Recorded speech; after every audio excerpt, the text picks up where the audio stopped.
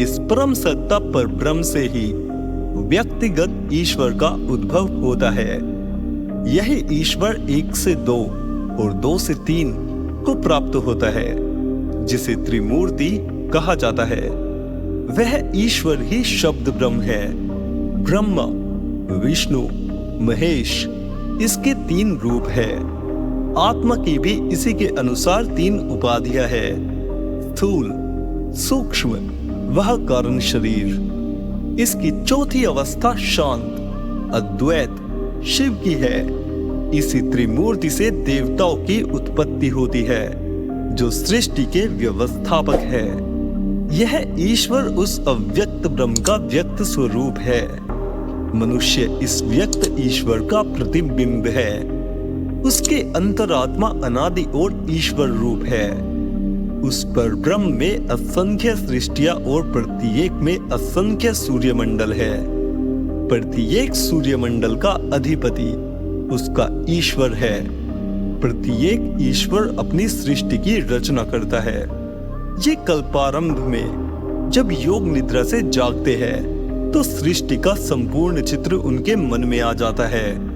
उनके एको हम बहुश्याम, मैं एक हूं अनेक हो जाऊं कि संकल्प से ब्रह्म उत्पन्न होते हैं। दूसरे देव ऋषि भी ईश्वर इच्छा से ही आते हैं। वे उसी चित्र के अनुसार सृष्टि का विकास करने लगते हैं। इस विकास परंपरा का आदि या अंत हम नहीं जान सकते, किंतु इस संपूर्ण विकास का एक ही नियम है।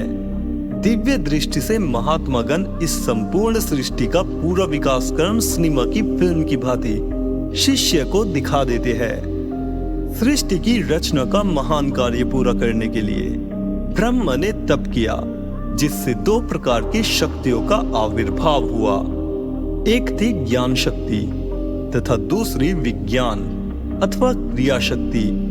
इन्हीं का नाम गायत्री और सावित्री रखा गया। गायत्री चेतना शक्ति का नाम है तथा सावित्री प्रकृति का नाम है। इन्हीं को सांख्य ने पुरुष और प्रकृति कहा है। ये ही इसकी परा एवं अपरा प्रकृतियां है, जिन्हें चेतन और जड़ प्रकृतियां कहा जाता है। जड़ प्रकृति से पदार्थों का निर्माण होता है तथा चेतना शक्ति से उनमें प्राणों का संचार होता है, जिससे वह जी उठता है, गतिमान हो जाता है। यह सारी सृष्टि इन दोनों के संयोग का परिणाम है।